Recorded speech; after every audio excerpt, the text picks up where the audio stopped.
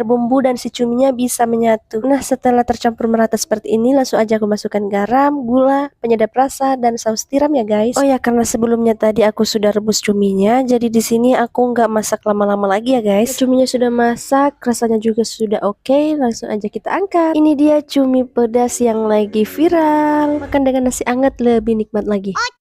Bagi kalian yang suka cumi, suka pedas, kalian wajib cobain resep ini. Selamat mencoba!